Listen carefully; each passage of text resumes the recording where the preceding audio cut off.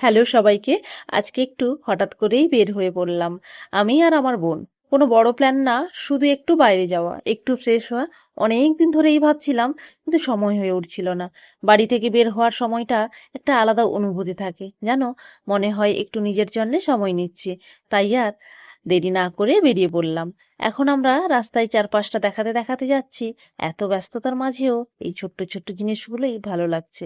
রাস্তার ভিউ, হালকা হাওয়া, মানুষের চলাফেরা, সব মিলিয়ে একটা শান্ত ফিলিংস আসছে।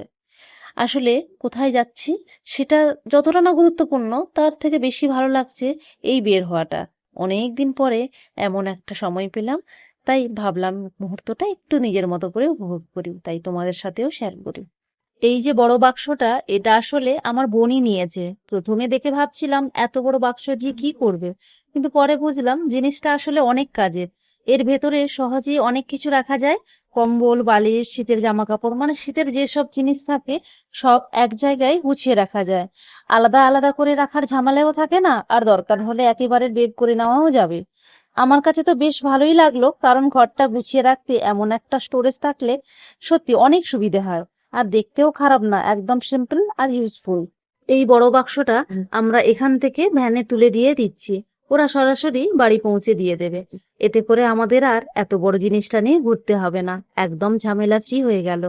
এখন আমরা একটু হালকা হয়ে গেলাম। এই ভাবলাম আগে একটু কিছু খেয়ে নেওয়া যাক। এখানে এসে ঘুগনি মুড়ি খাচ্ছি, একদম সিম্পল, কিন্তু এইরকম বাইরে এসে খেতে আলাদা একটা মজা আছে। এইভাবে একটু বসে আরাম করে খেতে খেতে সময়টা কাটাচ্ছি।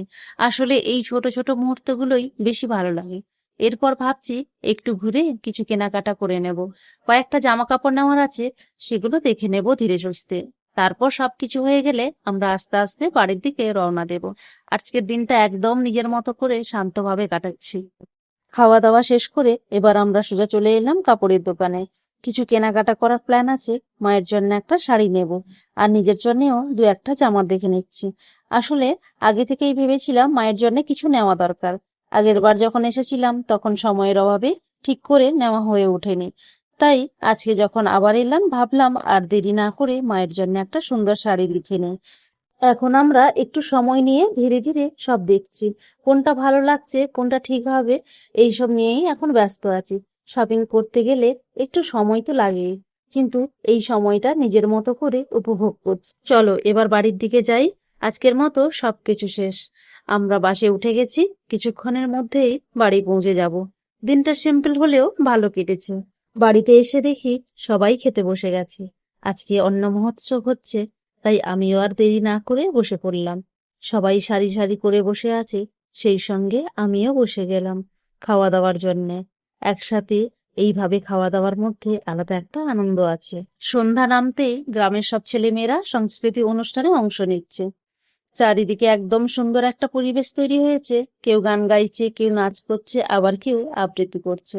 সব মিলিয়ে অনুষ্ঠানটা দারুণভাবে চলছে, দেখতে খুবই ভালো লাগছে। আজকের মতো এখানেই ভিডিওটা শেষ করছি।